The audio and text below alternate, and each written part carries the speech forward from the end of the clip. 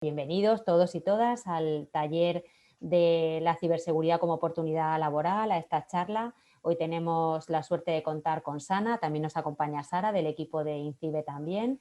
Y en este caso, pues Sana Martínez es ingeniera superior en informática por la Universidad Pontificia de Salamanca, cuenta con un máster en ciberseguridad, también lleva más de 15 años trabajando en el mundo de la ciberseguridad y tiene varias certificaciones en este ámbito. A lo largo de su carrera profesional ha participado en actividades de formación, de concienciación y en estos últimos años está más dedicada a la captación, promoción y captación del talento en este ámbito profesional.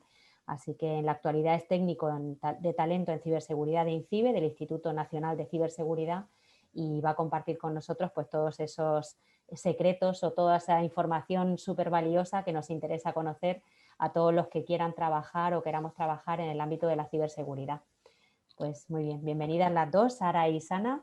Y Sana, tú tienes la palabra ahora. Si te parece, empezamos. Bueno, lo primero, daros a todos las gracias. Gracias por interesaros por el mundo de la ciberseguridad y acudir a esta presentación. Gracias también por vuestra disponibilidad. Supongo que habéis tenido que ajustar horarios o lo que sea para poder acudir a esta sesión de las 12:30. Entonces, gracias por todo. Y también quería dar gracias al Ayuntamiento de Cartagena por organizar este evento y sobre todo por contar con nosotros, con INCIBE, que por lo menos a mí personalmente me hace mucha ilusión. Para evitar cualquier problema técnico voy a compartir ahora la presentación y voy a apagar mi vídeo, ¿vale? Que no resulte extraño. Y de todas formas, pues que sepáis que al final de la charla pues hay un momento de preguntas que podéis ir dejando en el chat y que al final de la presentación discutiremos. Empiezo compartiendo pantalla, a ver si... Está cargando.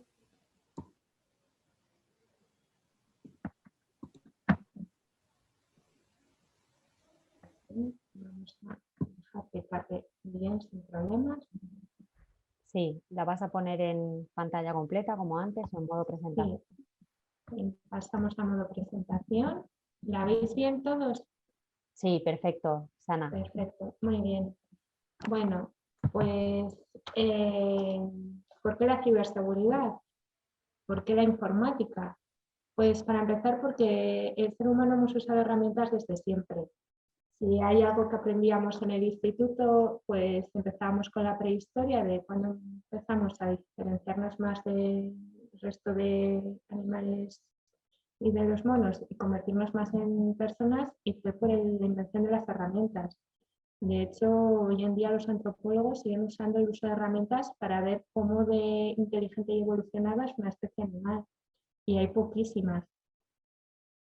Y las herramientas pues es lo que nos han definido desde siempre. De hecho, antiguamente pues estaba la edad de hierro, la edad de piedra, la edad de bronce, y poco a poco pues fuimos inventando cada vez herramientas más avanzadas, y en los últimos años pues cada vez más avanzadas. En 1780 pues empezamos con las máquinas de vapor, que ahí ya están los barcos de vapor, los telares, etcétera. 100 años después, pues se perfeccionó muchísimo la línea de montaje y el trabajo en cadena.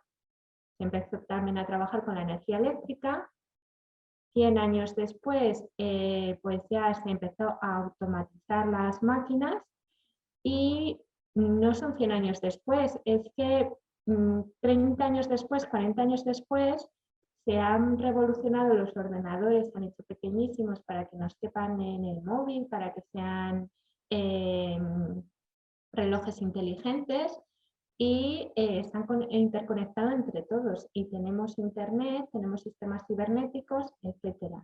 De hecho, tenemos tal cantidad de dispositivos hoy en día que se estima que la cifra llega a 50 millardos. La cifra de 50 millardos son los billones americanos. Ya sabéis que en España y en Europa un billón es 1.000.000 de millones, y para los americanos son 1.000 millones. Entonces, 50 millardos son 50.000 millones de dispositivos electrónicos. No sé si os habéis planteado alguna vez cuántas personas hay en el mundo. si no os lo habéis planteado, pues os digo yo la cifra ahora mismo, que es 7,7 millardos de personas, es decir, 7.700 millones de personas vivimos hoy en el planeta.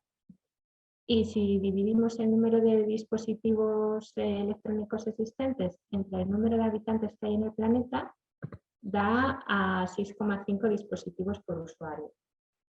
Que bueno, si queréis intentarlo a ver si cuela para que vuestros padres os compren una nueva Play, pues a lo mejor no es un mal argumento. Papá, mamá, doy a 6,5 y solo tengo un móvil y un ordenador.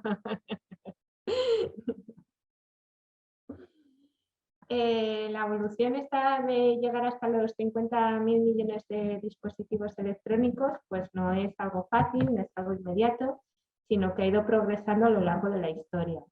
Aquí tenéis una gráfica de esta evolución. Entonces, en el eje horizontal está el tiempo, en el eje vertical están los billones, bueno, los millardos de dispositivos que hay, y a mí me gusta mucho esta gráfica por dos motivos. El primero es que permite ver una evolución exponencial. Es decir, vemos que las cosas empiezan... ¿Hola? Sí, sí, estoy aquí, ¿eh? Ah, vale. Que dejé de veros por un momento y dije a ver si la historia se repite. Esta diapositiva está... No, me Vale. quito yo también la imagen para ocupar menos ancho de banda. Bueno, pues en esta gráfica vemos la evolución del número de dispositivos que hay y vemos también qué dispositivos son los más característicos de cada época. Cabe destacar que la gráfica empieza en 1992 y había aproximadamente 1 millón de dispositivos. Eran ordenadores mazacotes, muy lentos, la conexión a internet en aquel entonces empezaba a existir, pero era con módem, que la gente que ya tenemos unos añitos pues nos acordamos de los módems, aquellos aparatitos que iban por red telefónica y hacían pi, pi, pi, pi, pi, etcétera. Y bueno, pues en aquel entonces pues la informática era algo que se dedicaba a la gente muy residualmente, ¿sabes? El rarito de gafas que no sale de fiesta por la noche ese es el informático. De ahí se empezó a dar más usos cada vez al ordenador.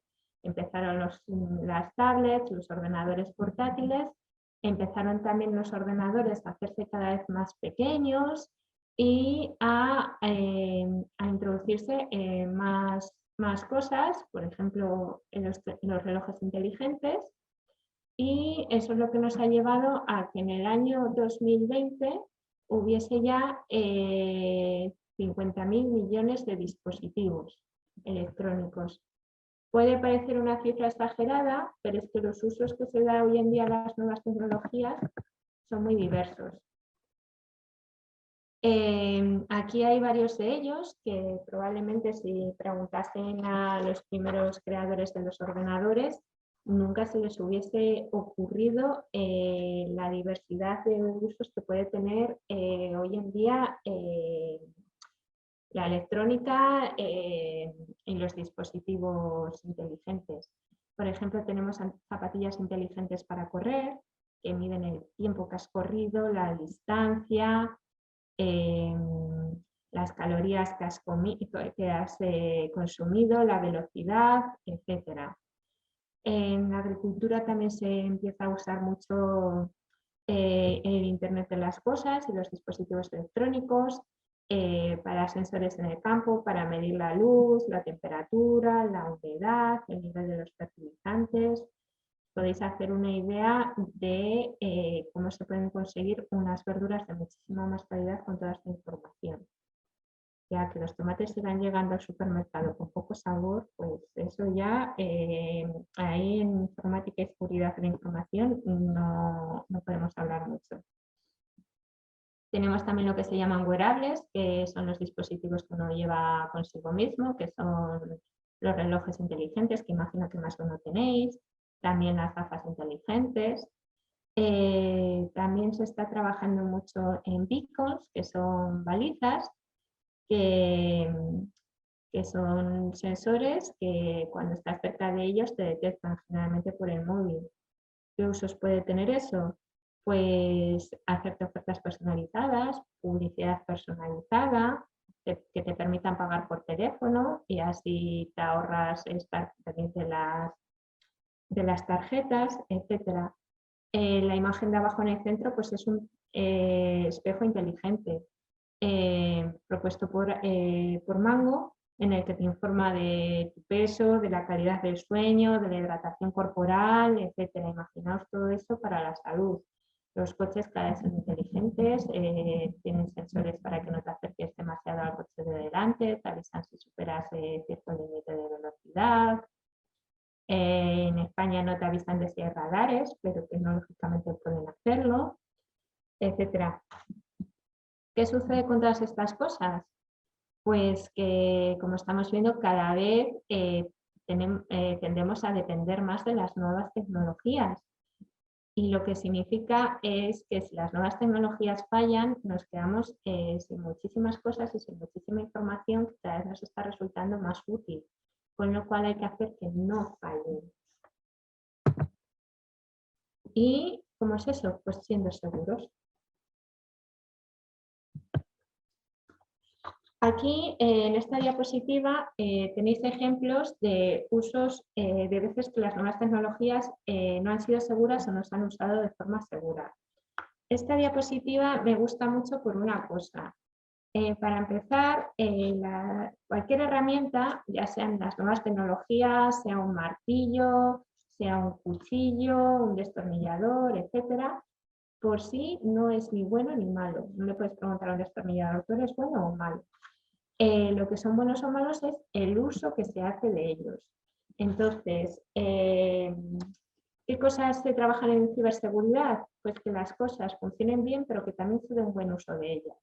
Por ejemplo, tecnológicamente un programa puede estar muy bien hecho, pero puede usarse para hacer cosas malas, como sexting, como acosar por internet a unos compañeros de colegio, como videojuegos que están técnicamente bien hechos o no tienen fallos o no se han detectado todavía, pero la gente pues entra en rehabilitación pues lo adiciona a ellos. Entonces, ese es un mal uso de las nuevas tecnologías y desde muchos sitios, incluido desde INCIBE, se trabaja en ello, pero luego también hay cosas que aunque des un buen uso de ellas, si no están bien diseñadas o no están bien programadas o a lo mejor estaban bien en su momento, pero posteriormente pues ha detectado algún fallo, pues pueden ser peligrosas incluso. Arriba a la derecha tenéis una imagen de un fallo de ciberseguridad detectado en bombas de insulina. Pues eso es que puede llegar a daños físicos muy, muy importantes.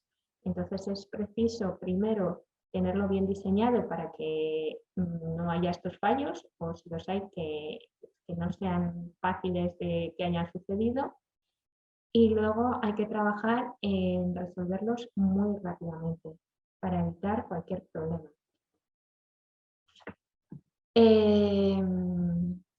Bueno, visto lo que sucedió estas semanas, pues os he puesto un ejemplo de para qué sirve la ciberseguridad, por qué es importante, etcétera, con algo que imagino que habéis oído en los medios de comunicación y es el hackeo que tuvo SEPE. Bueno, ahora que estáis en una feria de empleo, pues el SEPE, creo que sabéis todos que es el Servicio Público de Empleo Estatal.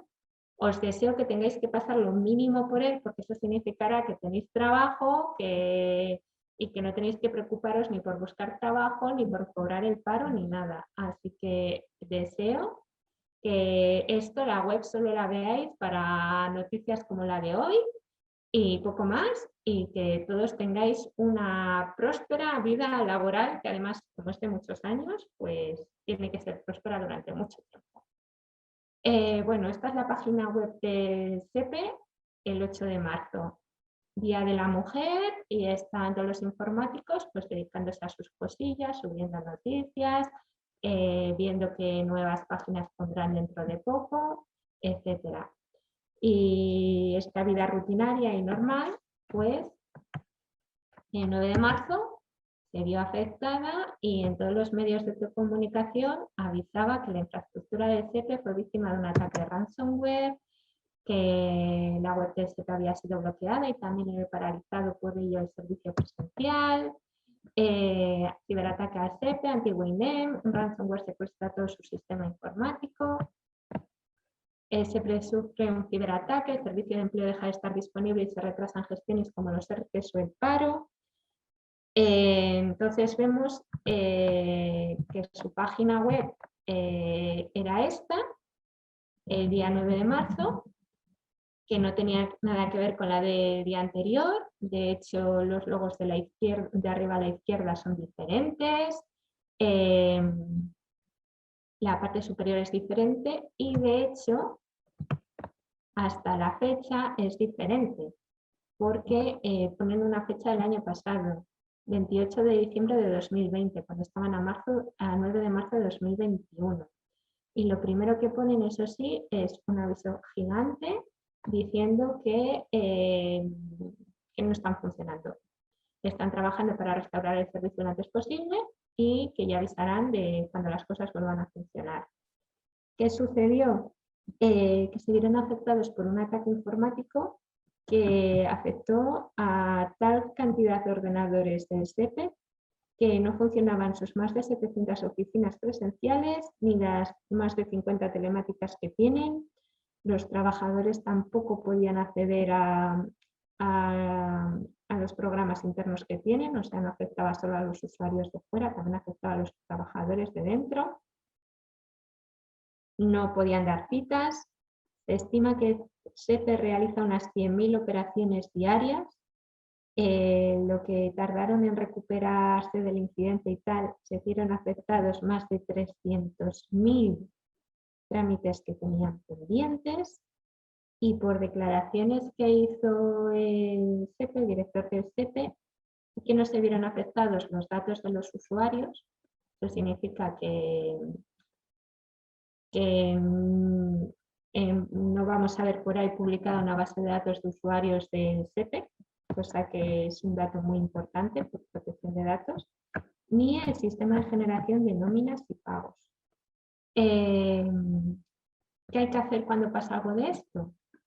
Pues actuar rápido. Si está bien diseñadas las cosas, pues tienes un plan, lo que se llama plan de contingencia, que es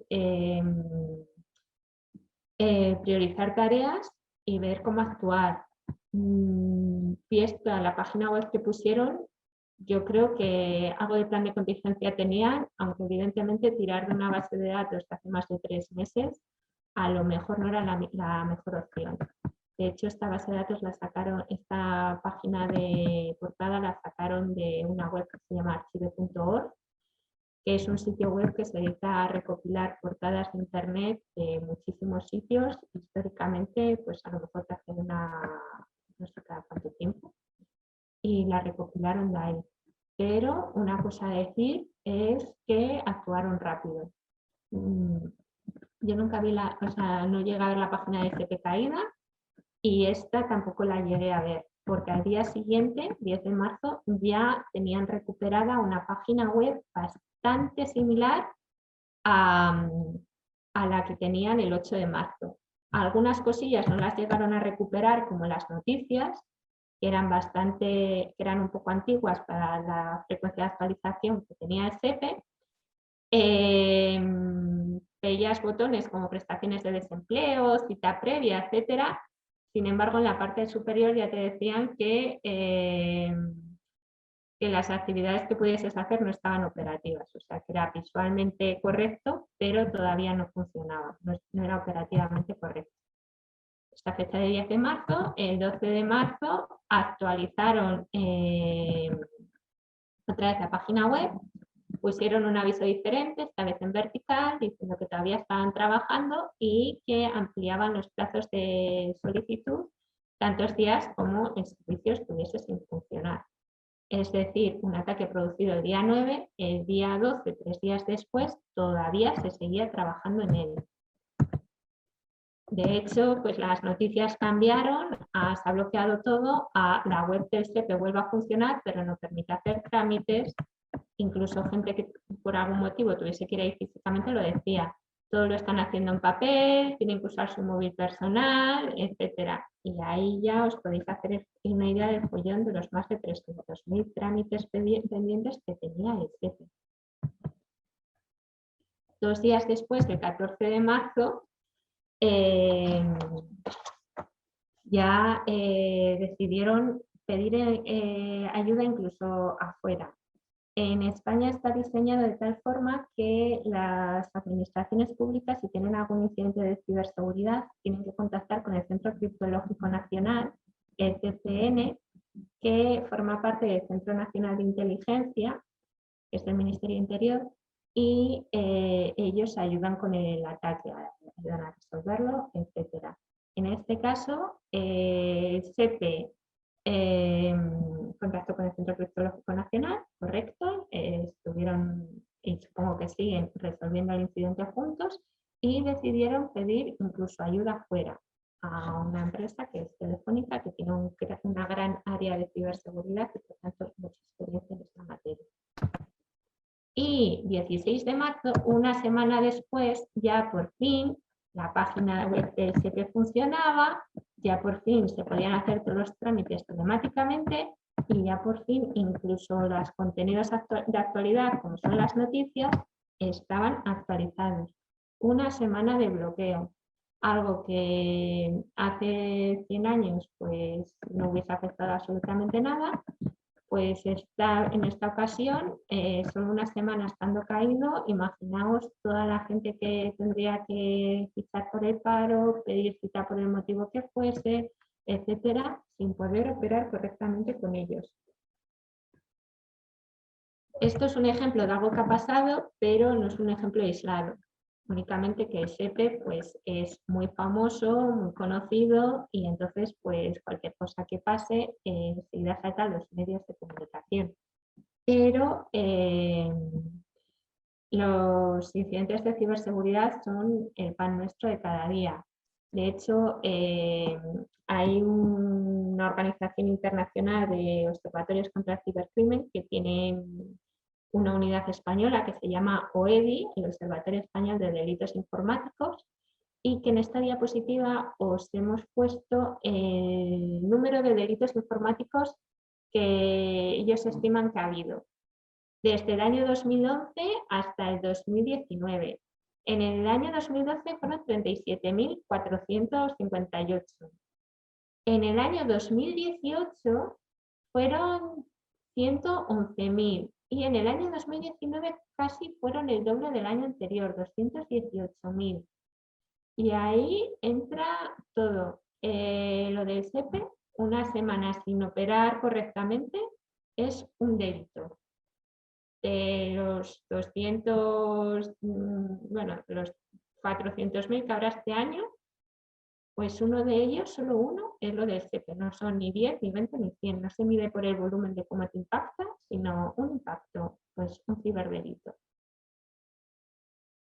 Y entonces, ¿quién lucha contra estos ciberdelitos? ¿Quién lucha para que estas cosas no sucedan, etcétera? Pues la realidad es que hoy en día, a pesar de faltar tanta gente en ciberseguridad, casi nadie se dedica a ello. Están bajando las matriculaciones, falta gente para el STEM, etc. No sabemos por qué, pero es un entorno que, siendo súper interesante, por lo menos a mí me parece súper interesante, está comprobado que falta gente. Y de hecho en ciberseguridad, dentro del área de talento digital, es donde más diferencia hay entre lo que se necesita y la gente que hay.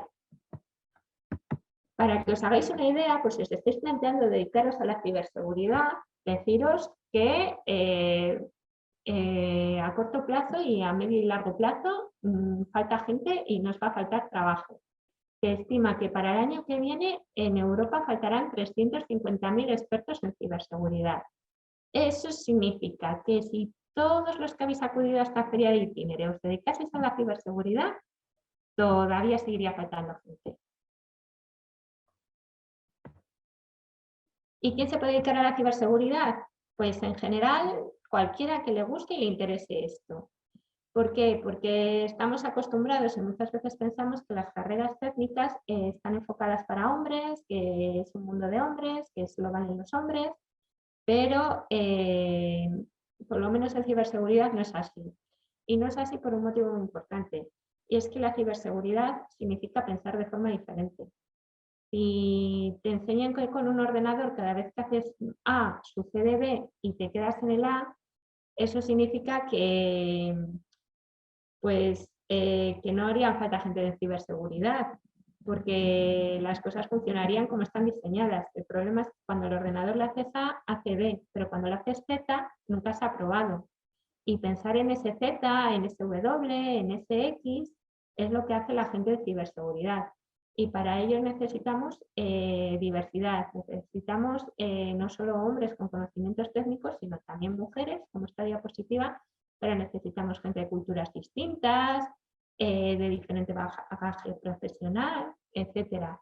Entonces, os comento esto porque hay gente que piensa, bueno, pero es que yo pues he estudiado telecominformática y entonces no me voy a dedicar a la ciberseguridad. Si te gusta, te puedes dedicar a ello y tus conocimientos de teleco van a ser muy útiles. O bueno, es que me han dicho que en ciberseguridad son muy buenos en la India, pues aquí en España no nos dedicaremos a eso. Pues sí, en ciberseguridad los indios son muy buenos, pero también hace falta españoles, hay muchos que incluso han emigrado y trabajan en grandes empresas como Google, como Microsoft, hacen falta portugueses, hace falta gente de todos los tipos. Entonces, si os gusta la curiosidad, aprender cosas nuevas, etcétera, da igual si sois altos, bajos, rubios, morenos, chicos, chicas, etcétera, que hay un sitio para vosotros en ciberseguridad. ¿Y qué se hace en la ciberseguridad? Pues hacemos muchas cosas y todas muy interesantes. Para empezar, en esta diapositiva tenéis los principales roles de ciberseguridad que tiene una gran empresa. Esto sería para empresas muy grandes, tipo Telefónica o cosas de esas. ¿Y quién se dedica a la ciberseguridad? Pues para empezar, el jefazo. Ahora está de moda usar los nombres en inglés y entonces el superjefe absoluto se le suele llamar CEO, que en inglés es Chief Executive Officer. ¿Y por qué tiene que encargarse de la ciberseguridad de la empresa? Pues por dos motivos. Una, porque a lo mejor sois el CEO de una empresa que se dedica a la ciberseguridad, por ejemplo, de un antivirus, Panda o McAfee. Y entonces, evidentemente, como CEO te tienes que dedicar a la ciberseguridad. Pero es que si sois una empresa que no se dedica a la seguridad informática, ni siquiera a la informática, imaginaos, lo que sé, Pan Bimbo, por ejemplo, tú como CEO eres responsable del dinero que se gaste y se invierta en la empresa.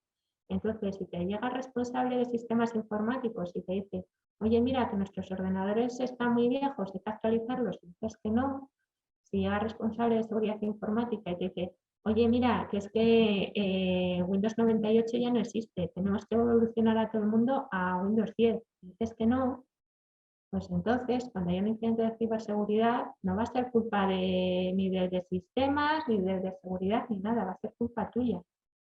Entonces, como CEO, tienes que saber de ciberseguridad. Lo que pasa es que los CEOs pues, son gente muy lista, suelen serlo, y entonces se rodean de gente muy lista y que saben mucho de ciberseguridad y les ayudan a tomar buenas decisiones. ¿Quiénes son esos? Pues bueno, empezando por la rama de la izquierda, uno de ellos es el CSO. El CSO, que es el Chief Security Officer y es el responsable de seguridad de la empresa. O sea, la física y la lógica, que es la informática. ¿Qué haría? Pues por un lado, asegurarse de que, o sea, ¿qué hace esta persona? Pues asegurarse de que no haya ningún problema de seguridad en su empresa. Es, por ejemplo, cuando vas a una empresa, y si vais a empezar a hacer entrevistas de trabajo dentro de poco, pues veréis que seguramente os pregunten con quién. ¿Tiene usted cita? Sí, ¿con quién? Tal persona, por favor, déjame su DNI, no sé qué. Pues esas políticas las hace el CSO, junto con las políticas informáticas. Pero de informática se suele encargar más la persona que tiene debajo, que se llama CISO, y es Chief Information Security Officer, y que se encarga de la seguridad de la información de una empresa, de todos los datos. Y esta es la persona que dice, por ejemplo, si tú puedes acceder a un documento o no, aunque sea de la empresa. Y es el que dice pues, que hay que tener una política de contraseñas. ¿Y qué política es esa? ¿Y cada cuánto hay que cambiar la contraseña? Y es el que dice que hay que tener una política de copias de seguridad. Y entonces, ¿con qué frecuencia hay que hacer las copias de seguridad? ¿Y de qué hay que hacer copias de seguridad? Y es el que se encarga de que la página web funcione bonita y al que, vamos, en el ejemplo de antes de SEPE, pues en una semana habrá dormido 2 horas al día. Entonces, bueno, es un trabajo en el que se gana bastante dinero, pero tienes mucha responsabilidad. Generalmente las cosas funcionan muy bien, pero cuando no, pues te toca trabajar mucho, mucho, mucho. Y luego el CEO, por la rama de la derecha, pues tiene al departamento de sistemas. Entonces el CEO, que es Chief Information Officer, es responsable de la tecnología de la empresa, o sea, responsable de sistemas.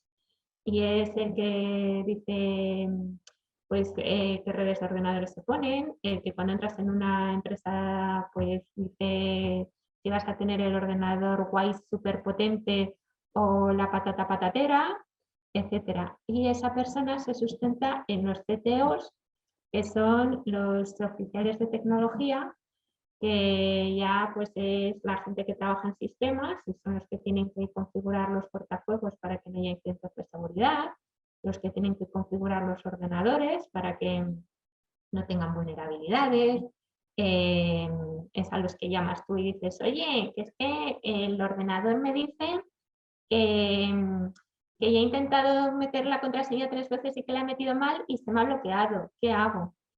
Pues esa persona a la que llamas, ese es CTO.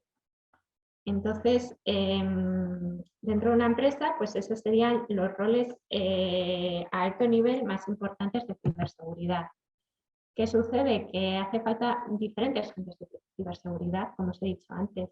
Hace falta gente que se dedica a la investigación, que son los que detectan nuevos problemas, operacionales, los que hemos visto, que configuran los cortafuegos, los tácticos, que indican un poco cómo proceder, pues vamos a hacer una política de contraseñas, de que tiene que tener esta longitud, de que hay que cambiarla con esta frecuencia, los estratégicos, vamos a hacer que nuestra seguridad y que nuestra empresa esté súper bien protegida, poniendo esta cosa aquí, esta cosa acá, impidiendo esto, etcétera.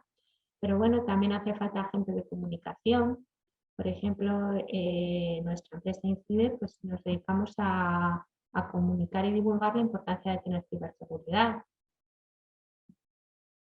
Estos perfiles pues también se pueden agrupar de otra forma, en perfiles técnicos, gente que necesite saber mucho del funcionamiento de un ordenador, del funcionamiento de un sistema operativo, de un programa, etcétera, pero también hace falta gente con conocimientos no técnicos. El ejemplo más claro es gente que se dedica, que ha estudiado la carrera de Derecho, que son abogados, y son los delegados de protección de datos de su empresa.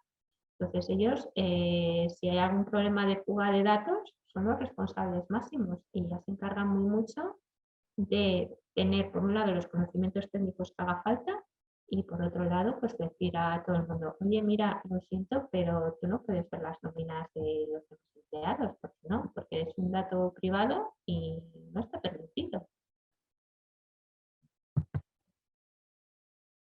Más ejemplos de cosas técnicas que se puede hacer en ciberseguridad, pues muchísimas. Puedes hacer análisis forense, que si ha habido algún incidente legal y algún ordenador se ha visto involucrado en ese incidente, pues haces un análisis forense y dices qué ha sucedido. Puede que hayas recibido un virus o que lo hayas generado ahí o muchísimas cosas más. Puedes dedicarte también a ser analista de incidentes de ciberseguridad, pues detectando intrusiones, gestionando incidentes de ciberseguridad, como pasa en el ejemplo de SEPE, etcétera.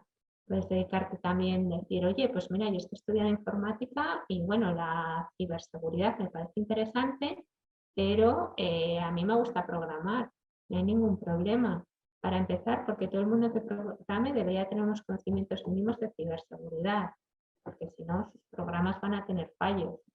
Y luego porque te puedes dedicar a hacer otras cosas como auditoría de código, intentar explotar vulnerabilidades, hacer ingeniería inversa, que se usa mucho para el análisis de malware, para ver cómo funciona un virus. Por ejemplo, si queréis investigar un poco lo del SEPE, os dirán que el virus que afecta al SEPE se llama RID. Y es un virus que está diseñado de tal forma que si detecta que estás intentando estudiarlo y analizarlo, deja de ejecutarse, deja de funcionar. Entonces es súper difícil analizarlo. Y en algunas cosas de análisis te dicen, bueno, creemos que esto funciona así, pero 100% seguro no te lo podemos decir porque no se deja analizar. Podéis también probar cosas que han hecho los demás y entonces pues os dediquéis a auditorías. Las más comunes pues suelen ser auditorías web, auditorías wifi, de red y servidores, que también se suelen llamar pentesting. Si os gusta la seguridad informática, muchas veces veréis por ahí análisis de pentest. Pues es eso, pruebas de penetración, intentar entrar en un sistema.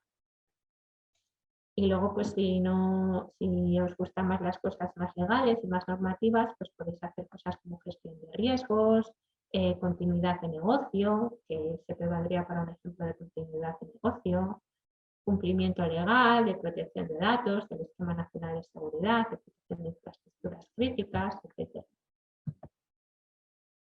Entonces, bueno, estos son unos pequeños ejemplos un poco más detallados de lo de antes, para que veáis también que hay empresas y asociaciones que velan por la seguridad informática, o de la información, mejor dicho. Una es la Agencia Española de Protección de Datos, que exige que haya un DPO, Data Protection Officer o delegado de protección de datos en todas las empresas.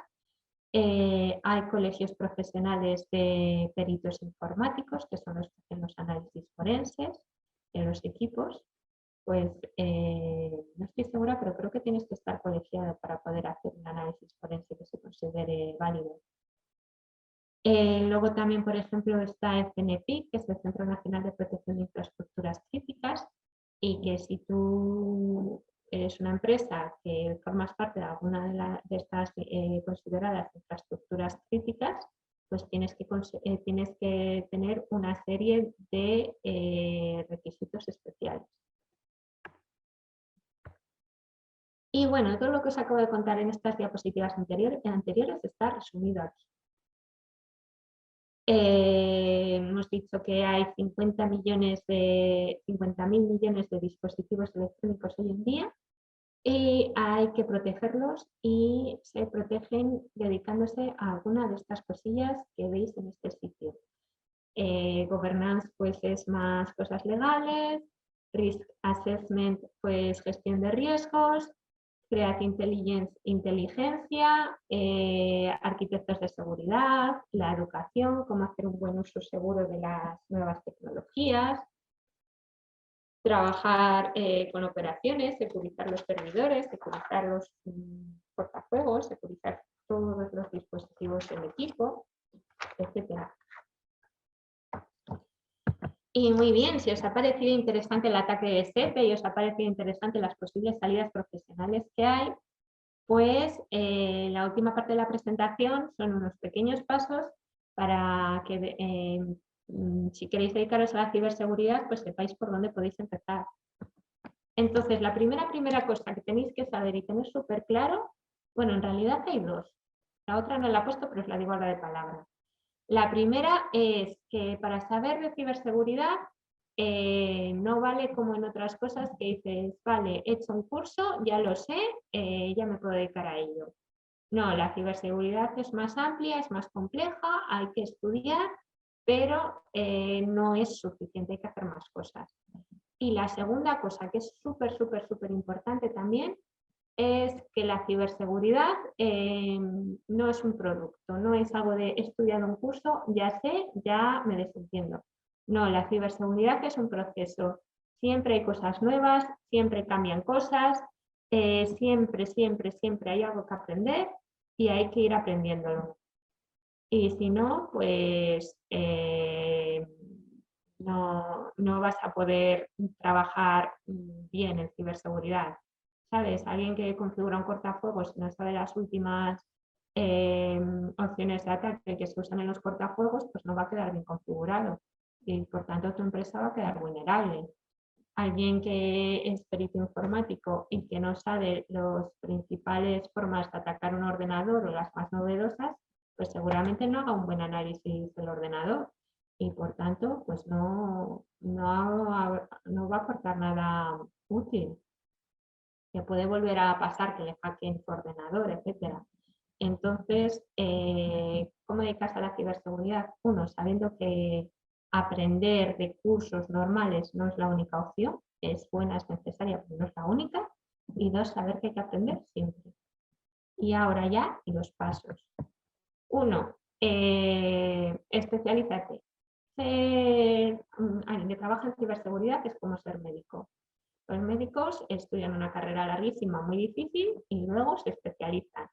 ¿Qué sucede? Que tanto si eres pediatra como si eres traumatólogo, los dos saben lo que es un corazón, saben cómo funciona, saben los principales fallos que tiene y saben que hay ciertas cosas que se les escapan y tienen que acudir al cardiólogo.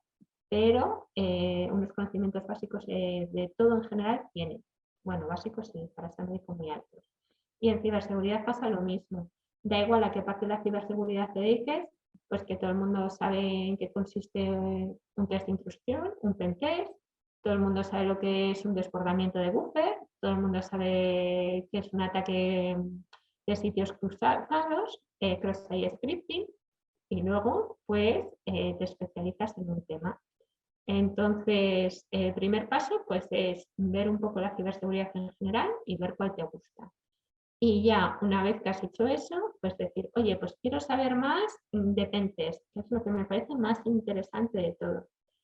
Pues busca diferentes opciones para formarte. En INCIBE pues tenemos preparados unos catálogos con másteres de ciberseguridad y con instituciones que ofrecen formación de ciberseguridad en España.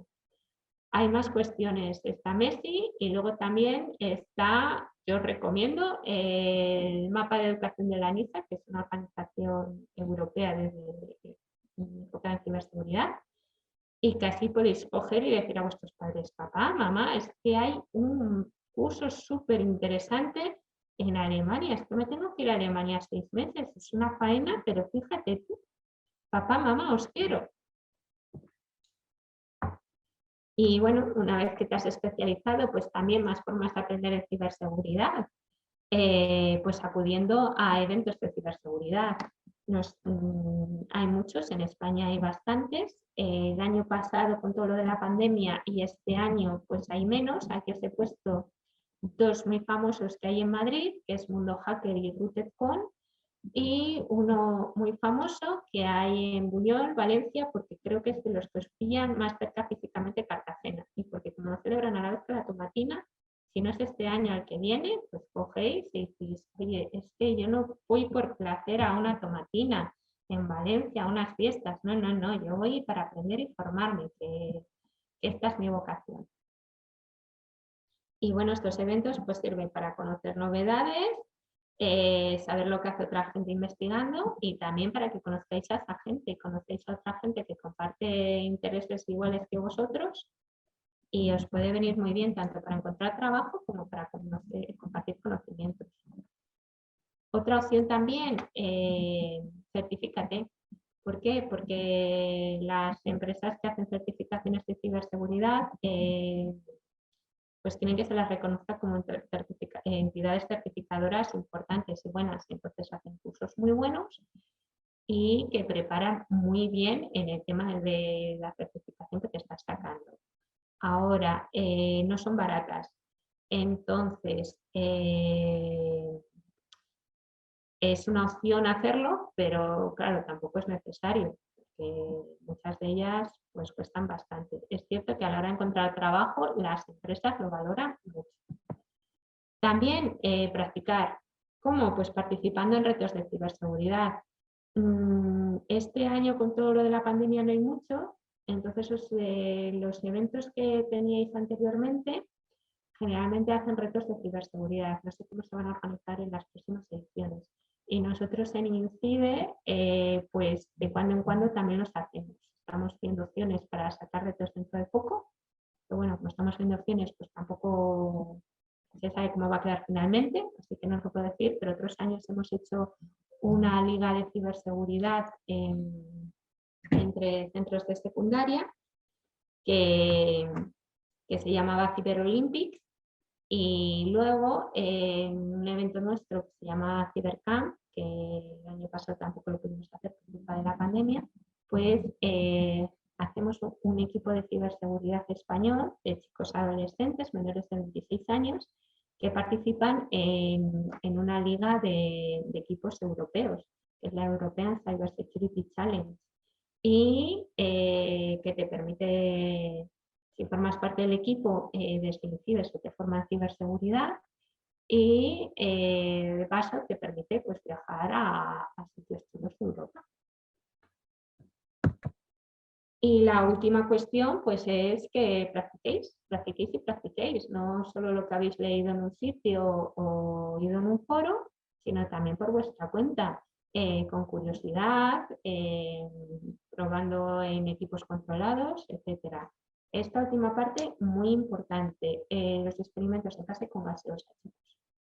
Está muy bien probar, es muy necesario, es como más se aprende, pero no cojáis ahora y digáis, ay, voy a intentar hackear la página web de SP otra vez, que si el virus Freak lo consiguió, yo también, porque os aseguro que vuestra historia seguramente no tiene un final feliz.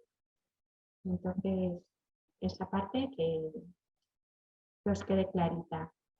Y bueno, por mi parte no tengo nada más que contaros, simplemente animaros a que veáis muchas opciones laborales y a ver cuál os gusta más. Y bueno, pues que cualquier duda que tengáis, desde INCIBE tenemos un buzón que se llama talento.ciberseguridad@incibe.es. Pues si queréis hacernos cualquier pregunta, cualquier duda, pues que sepáis que estamos ahí para contestaros. Y bueno, ahora es el momento de hacer preguntas. Cualquier pregunta que tengáis, pues aprovechad que estoy aquí, no es de vergüenza. Vale, pues Sana, ¿puedes dejar de compartir pantalla? Así vemos más grande las imágenes de los participantes, aunque tienen las cámaras apagadas, pero vale, perfecto. Pues te voy a dar traslado yo de las preguntas que nos han hecho los chicos en el chat, que tenemos tiempo para responder. Y bueno, muchas gracias lo primero, que no te he agradecido el detalle y la información que nos has trasladado, por supuesto. Bueno, comentarte. A ver, por ejemplo, Borja pregunta, ¿por dónde empezamos? Los que queremos empezar con la ciberseguridad, ¿hay un PACIN, hay un curso, algún conocimiento específico por el que yo pueda empezar, siendo posible dentro de la región de Murcia? Es estudiante de informática. Borja estudia informática. Y si quisiera dedicarse a esto, ¿por dónde tendría que empezar? ¿Es terminar la titulación y hacer un curso, hacer un máster? Cuéntanos un poquito, los primeros pasos por lo menos. Los primeros pasos, bien, primero terminar la carrera, Borja? La carrera se pide muchísimo y bueno, muchas veces la gente deja las últimas asignaturas para el final, luego se desmotiva y no termina. Entonces el primer paso, en serio, termina la carrera porque se valora luego mucho, incluso para promociones internas y todo. Así que ese es el primer paso. Siguiente paso, mi recomendación sería que mirases muchas páginas web dedicadas a la seguridad informática. En esta INCIBE hay muchísimas más, entonces de diferentes tipos, algunas, la nuestra por ejemplo es muy divulgativa, es muy cosas que tienes que hacer para evitar incidentes de ciberseguridad y tal, las hay muy técnicas, muy buenas. Entonces que mires esas páginas web, que empieces a ver un poco pues eso, qué cosas de la ciberseguridad te gustan, que es lo que decíamos en nuestra apartado de Especialízate. Y una vez que tengas eso claro, si te puedes permitir hacer un máster o una certificación, pues bien. Pero yo no te recomendaría empezar por un máster o una certificación si primero no has explorado un poco. Y bueno, opciones de captación específicamente no conozco, pero hoy en día este internet, con eso ya tienes muchísimas cosas para empezar. Tenemos acceso a toda la información. Muy bien, te da las gracias, Borja, también en el chat por la información. Pues yo además añado a lo que tú estás diciendo, Sana, de investigar y sondear un poco el mercado, qué es lo que hay, qué información es la que puede ser relevante. Como he trabajado muchos años de orientador y me dedico también a los temas de empleo, no en el ámbito de la ciberseguridad, es un ámbito más transversal, pero añadiría como recomendación a Borja que, por ejemplo, puedes entrar en LinkedIn y cotillear, lo digo así en confianza, cotillear en los perfiles de la gente que trabaja en el sitio donde a ti te gustaría trabajar. ¿Qué gente, por ejemplo, publica su perfil en LinkedIn que está trabajando en ciberseguridad en las empresas o en los sectores en los que a ti te gustaría? Y puedes ver su perfil y puedes ver cuál es su titulación de base, cuál es la formación o la certificación que ellos han hecho, dónde lo han estudiado, y te puede abrir un poco la idea de por dónde empezar a investigar. Y cuando haces ese pequeño sondeo, esa investigación de mercado, pues luego tomar una decisión, porque como dices Ana, no tomar una decisión que suponga una inversión económica y de trabajo y de esfuerzo importante sin haber primero visto si es realmente lo que te merece la pena. No sé si estás de acuerdo conmigo, Sana, o no. Sí, sí, sí, completamente. Vale, pues también hay otra pregunta similar en esa línea de Brian, que nos dice que él está finalizando la carrera de Ingeniería Electrónica y Telecomunicaciones. Durante la carrera han visto algunas cosas relacionadas con la ciberseguridad y le ha llamado mucho la atención. Y sabe que no sabe si, sé que con el título que obtendré no podré desempeñar un rol de ciberseguridad, con lo que es la titulación de ingeniería. Por lo que estaba pensando en realizar un máster con ese tema afín a la ciberseguridad, y te pregunta si crees que tendrá las mismas oportunidades con el grado de ingeniería, que es diferente del grado de informática, para trabajar en estos temas, si hay más oportunidades o menos en una rama o en otra. Creo, Brian, que he trasladado un poco así resumiendo tu pregunta, pero... Es que ahí ya depende de lo que busque cada empresa. A ver, yo creo que hoy en día las empresas por lo general tienden a buscar gente ilusionada y motivada. Entonces, hay veces que no se preocupan tanto por la carrera estudiada, siempre que esté un poco acorde. Si alguien de historia del arte dice que quiere trabajar en ciberseguridad, pues evidentemente se lo van a pensar más. Y sí que buscan pues un poco la actitud. Entonces ahí pues miran no solo los conocimientos técnicos, sino pues que hayas querido formarte por tu cuenta, la actitud que demuestres en la entrevista de trabajo, etcétera. Entonces yo por la carrera como tal, pues sabiendo que es de informática relacionada con las nuevas tecnologías, etcétera, yo creo que no me preocuparía mucho. De hecho, puedes hacer la solución que ha dicho Loles, mirar empresas que te gustarían y ver qué perfiles tiene la gente que tiene esos puestos de trabajo, y probablemente pues verías que siendo todos bastante similares, pues habrá gente que sea teleco, hay otros que son informáticos, unos informáticos de sistemas, otros informáticos de gestión, etcétera. Y probablemente veas que hay un abanico bastante amplio. Lo único, pues eso, pues es gente que por unas circunstancias, motivos, etcétera, pues han terminado en esos puestos. Muy bien. A mí se me ocurre también de escucharte, bueno, si del resto de los participantes vais, yo tengo el chat abierto, si vais de esta conversación van surgiendo otras dudas, preguntas o comentarios, reflexiones que queráis compartir, hacerlo, que yo lo traslado. Pero mientras yo sí que me cuelo un poco aquí en el turno de preguntas y se me ocurren un par de cosas. Por ejemplo, ¿es el ámbito de la ciberseguridad una carrera profesional que se desarrolla desde dentro de las empresas, o es algo en lo que tú ya tienes que venir especialista en ciberseguridad para poder entrar en una empresa? ¿O es un ámbito en el que yo puedo entrar con una formación de base y empezar a especializarme con alguna formación específica o un interés, como tú has dicho, una actitud y una predisposición por ese área, y es algo en lo que las empresas cogen al junior y lo van preparando para que pueda ser ese CSO, ese CISO de antes, esas siglas que has puesto? Pues hay un poco de todo, la verdad. como se está detectando que hay una gran falta de profesionales en ciberseguridad, hay empresas que optan por formarles ellos, y entonces pues quieren gente con una carrera recién terminada y les van formando en ese ámbito. Y hay otras veces que quieren gente que ya tenga unos conocimientos. Yo como ejemplo pongo Telefónica, que tiene una filial que se llama Irene Paz y la lleva un chico que el director se llama Chema Alonso y, y ese ya sabía ciberseguridad de antes, tenía un blog muy famoso, tenía hechas diferentes herramientas de ciberseguridad por su cuenta y entonces Telefónica pues decidió contratarle y ahí pues contrató a alguien desde fuera ya para un nivel alto. Mucha gente que ha empezado desde dentro en unos niveles no tan altos, pues a lo mejor no tenían conocimientos de ciberseguridad y los fueron adquiriendo inicialmente a través de su empresa. Entonces existen las dos opciones. Muy bien.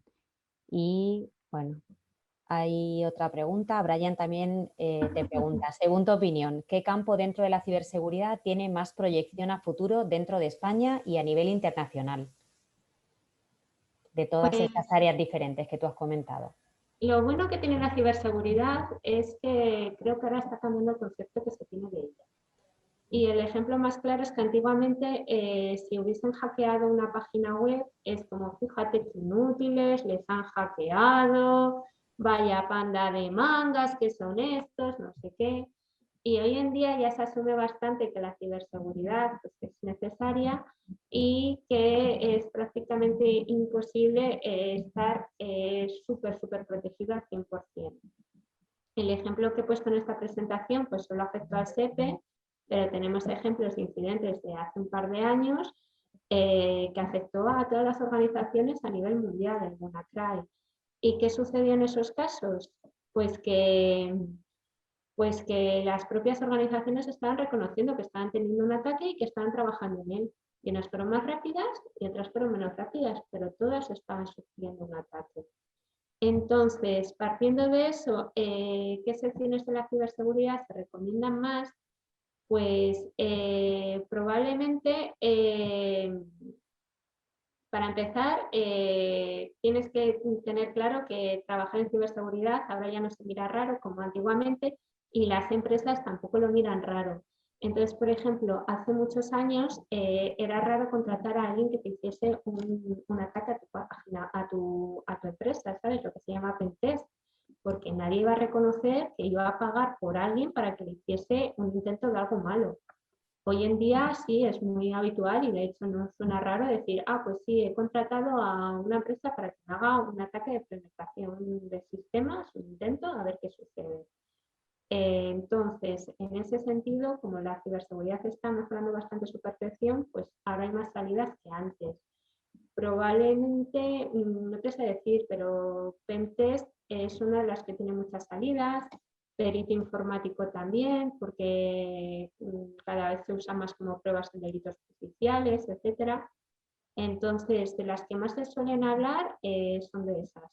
Y luego, pues cualquier otra que te guste, por ejemplo, de toda la vida, pues proteger sistemas informáticos, sobre todo cortafuegos y herramientas de detección de intrusiones, eso lo ha habido siempre y se sigue demandando muchísimo.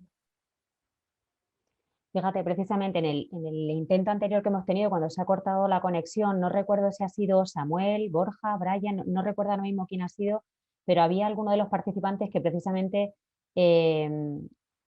vale, estás perdonado, Andrés. Bueno, yo no sé si te voy a perdonar, pero sí, de momento así en público te perdono. Que comentaba que la persona tenía un referente como una persona que había sido quien le había inspirado para adentrarse en los temas de ciberseguridad. No sé si la persona que lo ha preguntado antes lo ha estado otra vez aquí, que ha comentado, ha puesto el nombre de una persona. Yo es que como no lo conozco, creo que era algún hacker que sea relativamente conocido. Mira, sí, ha sido Brian. Comentaba que la historia o la trayectoria de Elliot Alderson le había inspirado como para querer dedicarse a este mundo. O sea que también para los hackers buenos hay espacio profesional para los que ponen a prueba a las empresas. ¿Era a lo que tú te referías? Sí, bueno, eso se llama ataques de penetración de sistemas pentesting. Y sí, sí, o sea, es una profesión. Tienes que, o sea, ahí lo que tienen que saber es mucho los abogados, tanto de la empresa que contrata como de la otra empresa, de a ver hasta qué niveles se llegan. Evidentemente te piden confidencialidad, no puedes ir diciendo por ahí, estoy trabajando en hackear al Ministerio de Sanidad. Esas cosas no, pero sí es un trabajo que existe y que está bien valorado y todo, sí. Me aclara Andrés, ya lo terminaré perdonando, me aclara Andrés que es una serie, que no es una persona de verdad, que es una serie. Y claro, yo es que soy de otras series, de otro tipo de series. Perdonar mi ignorancia en ese sentido. Gracias, Andrés, por la aclaración. No sé si hay alguna pregunta más, chicos, antes de que terminemos. Ya hemos completado el tiempo que más o menos estaba previsto. No sé si hay alguna cosa más que se haya quedado en el aire y que podamos comentar. Yo tenía alguna cosilla más por aquí pensada también, un poco en la línea de lo que veníamos hablando, de los distintos perfiles que tú has comentado, de estas siglas de CSE, CISO, CIO, también en la otra transparencia, la otra diapositiva que has puesto de los diferentes analistas de distintos ámbitos. Hay una parte, hay algo que yo discuto mucho en casa con mi hijo, si hay una parte de los telecos, por ejemplo, que llevan la parte más física, y creo que con los informáticos pasa igual, una parte más física y otra más de programación, ¿no? O más intangible en ese sentido. No sé si dentro de la ciberseguridad también hay especialidades o ramas más relacionadas con un ámbito o con otro que puedan ser también más propicias o más interesantes para unas titulaciones u otras.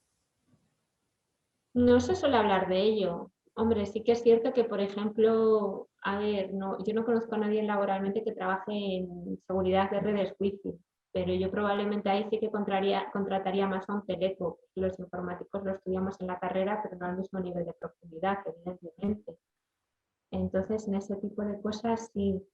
Luego, por ejemplo, es que también depende mucho de en qué facultad estudies, de tus intereses.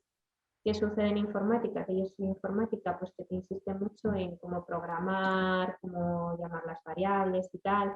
Pues en este caso, a lo mejor, si quieres hacer un análisis de código, contratarías antes a un informático. Pero también hay telecos que o han tenido algún profesor que les ha insistido mucho en esta parte de la carrera y también lo han hecho muy bien, o que por su forma de ser e intereses también han llegado a sus conocimientos por su cuenta. Entonces, en ese sentido, antes de descartar a alguien por su titulación como tal, pues ver un poco conocimientos y forma de ser y todo. Muy bien, muchas gracias también. Pues no parece que haya más dudas o más preguntas en el chat. Agradeceros tanto a Sara como a ti, Sana, por esta participación de INCIBE en Itinere este año. Agradeceros pues, en concreto a ti por la ponencia que nos has dado y bueno, y animar a todos los que están en esta sala, como además la grabación la vamos a subir al portal, al canal de YouTube del Ayuntamiento. Habrá otras personas también más adelante que lo puedan consultar, que está claro que por todo lo que tú nos has contado, la ciberseguridad no es una línea recta, no es un camino único al que puedes aspirar, sino que al contrario es un campo mucho más amplio, más diverso y os recomendamos, yo creo que entre todos, el que hagáis esa investigación de mercado, que consultéis qué es lo que hace la gente que vosotros queréis, que trabaja en puestos en los que vosotros queréis trabajar o en esas empresas y que podáis a partir de ahí decidir y tomar decisiones de cuál es la formación y la especialización que queréis hacer. Muchas gracias a todos, gracias Ana, gracias Sara, gracias a todos por participar. Gracias chicos. Muchas gracias chicos por haber asistido y por vuestra disponibilidad para esta nueva sesión.